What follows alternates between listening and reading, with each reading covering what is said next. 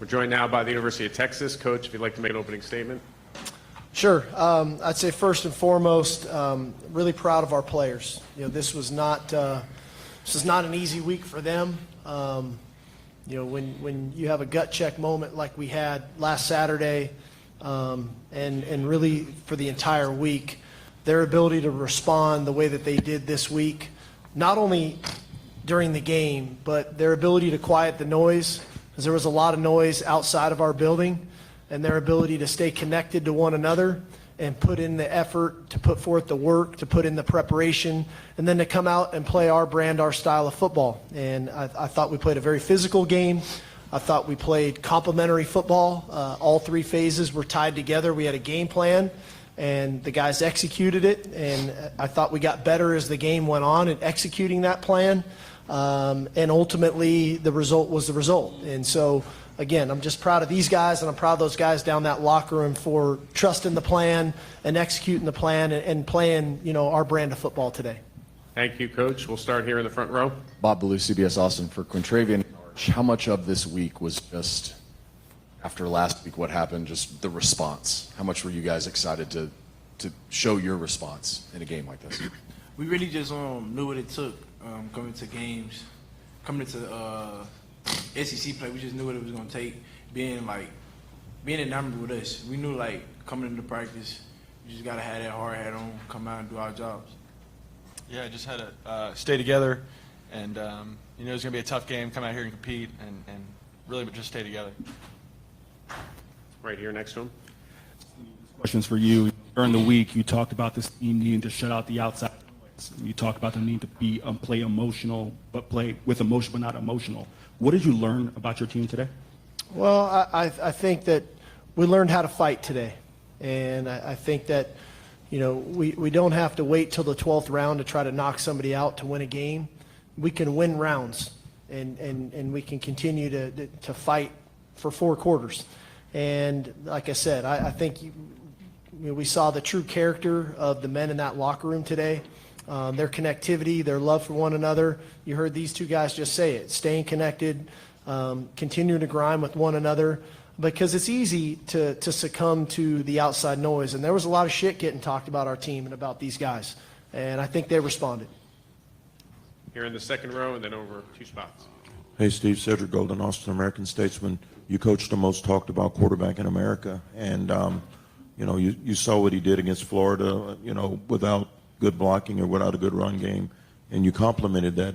What does it say about what he did during the week to prepare for this and then come out with a win? Well, I said this to the team, Friday before we left to come to Dallas. Arch took a lot of hits last week, and the biggest thing that impressed me this week about his game, he didn't miss 1 rep of practice this week. He came back Monday, and he was not 100%. He was beat up, but he took every rep. And I think coming out of a game like that, you earn the respect of your teammates. That's the toughness you got to have, and that's the preparation that you have to have. And, we're going to find ways to win, whatever it takes to win. And today, we needed him to convert 3rd downs, and we got him more manageable 3rd downs. But then there were some tough ones he had to convert. But that's a team effort. We don't, I think so much is made about Arch, just like when we don't win, it's his fault, okay? But when we do win, everybody praise Arch. We're the team, and Arch will be the first one to tell you that. He's an awesome teammate. He works hard. He wants everybody else to do well around him, because that's what the teams do. That you win as a team, you lose as a team, and I think we're becoming more and more of a team that way, with the right type of grit that you have to have in the SEC. So here in the same row. David Eckert, Austin American Statesman. Steve, game plan and schematically, what did you do offensively to kind of cope with their pass rush and their front 7? Well, I think a couple things were, one, we slowed the tempo down by huddling, and then we sped the tempo up by going no huddle. We tried to change gears and shift gears. We didn't try to be a sitting target. I think we understood what they were trying to do, and there was a lot of split safety, a lot of deep safety looks, and we lined up and ran the football. And credit to our offensive line, who they had a long week, and they heard about it from all of you too. So they played pretty good today against arguably the best defensive front in our conference. We'll go back here on the aisle, then over here to Kirk, and then in the front row. Coach Terry Middleton, Horns Illustrated. What was the impact of Malik Muhammad's interception with 2 seconds left on Oklahoma as they went into because they didn't recover from that into the second? I thought that was a massive play in the game, because they had an opportunity to get points there at the end of the first half.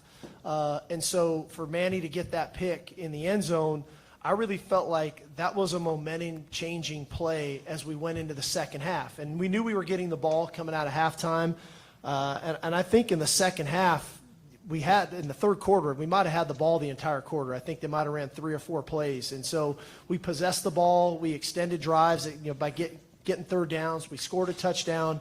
And so all in all, I think that kind of started that. When we got into the locker room, it was, okay, well, now it's 30 minutes. Let's go play. And where's our pride? And how are we going to play this second half? And let's get out of our own way. Because after those first 2 drives, I don't see the drive chart here, but I think the first 2 drives we stub our toe with penalties.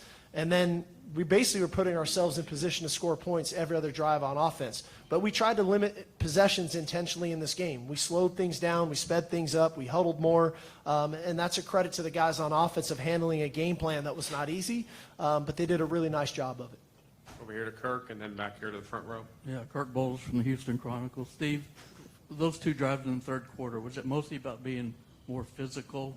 And do you feel like this validates on how good this team can be? Well, I think it was. We challenged our team about being physical, and it wasn't just the offense. It was on defense. It was on special teams. And clearly the offensive line, the runners, we knew we had to run the ball against this group. If we would have dropped back and kept throwing the ball, they were going to rush the passer. We needed to make them defend the run. And I thought we did that today. And again, it was a gut check moment for us that way, especially to start the second half to get that done. I think we're 1-1 in the SEC. I said this last week. I don't think people wanted to hear me when I said it. We were 0-1 in the SEC last week. We won the conference a year ago in the regular season by going 7-1 in conference play. If we can play the way we played today, we're plenty good enough to compete with any team in our conference. But we got to play that way. And just as I told the team in the locker room, we have more work to do. Right? We're going to celebrate this until we get back to Austin, and then we're going to switch gears. We're going to get ready for Kentucky at night, and it's going to be a tough environment. It's going to be a hard-nosed football game. But that's what this conference requires. It requires mental and physical toughness week in and week out. And so the way we prepared this week for this game is the way we need to prepare for next week's game. It's going to take the same. And so we don't have time now to take a deep breath. Go further. We got to dig deeper. We got to require more and demand more as coaches, and the players got to give more. And that's what it takes in this conference. But if we can play this way, surely we're good enough to put ourselves in position to win a lot more football games. Here in the front row. Hey, Coach, in the effort to keep that same energy, we asked you about the offensive line for weeks. They stood up. Run game, we've asked you about arch, red zone, getting to the quarterback, special teams. All these areas looked really well today. Can you just talk about being able to fix those areas, maybe what it looks like going forward? Yeah, no, I think we had aspects of our team that were experienced. We had other aspects of our team that were inexperienced. And so we have to continue to grow. As I said, my goal is that we're playing our best football at the end of November and into December, right? That's the goal. But we have to work towards that. We have to continually try to improve. We aren't a finished product today. We weren't a finished product a month ago. We're not going to be a finished product next week. But if everybody's striving to improve, if everybody's trying to get better at whatever we're asking of them, then we will get better collectively as a team. And like I said last week, we didn't have time for the poor me's. What we had time for was trying to improve and trying to get better as a team. And a credit to a lot of phases of our team, we did. And to me, the most telling thing where we're at now is we created 3 turnovers defensively. We had 0 turnovers on offense. And so the fact that 3-0 in the turnover margin, that's a huge indicator for us that we're moving in the right direction. We're attacking the ball defensively. We're taking care of it on offense. And that's a formula that you can rely on while other aspects of your team continue to get better. Here in the front and then over here on the side.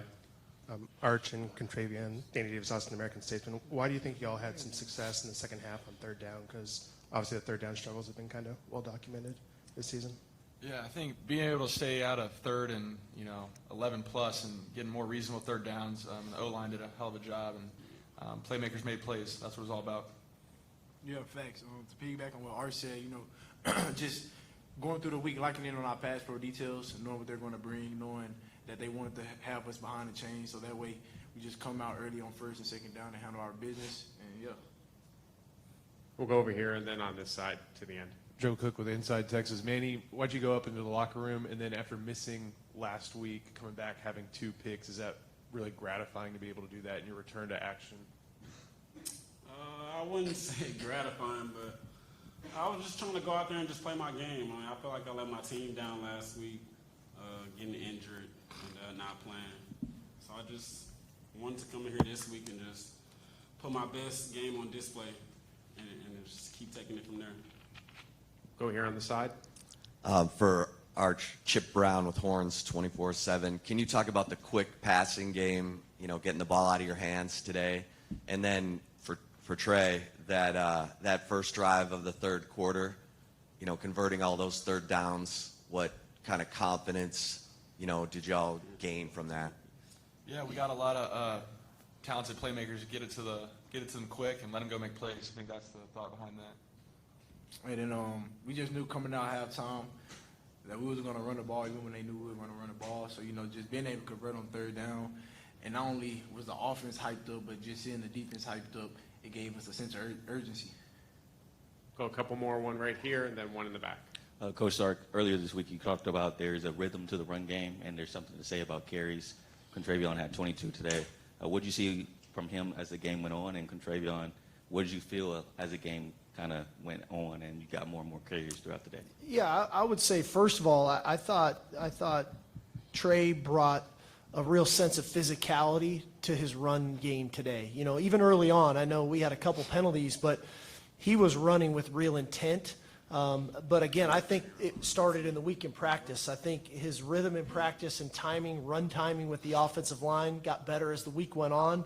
We stuck to those runs. We didn't have a big run menu of schemes, and we stuck to the schemes that we felt like we practiced that were going to be effective today. And then I felt like over time, him getting those carries of those same schemes and seeing the defense and the timing of those runs created some of those explosive plays for him. The last one here for the press conference portion in the back. Go ahead.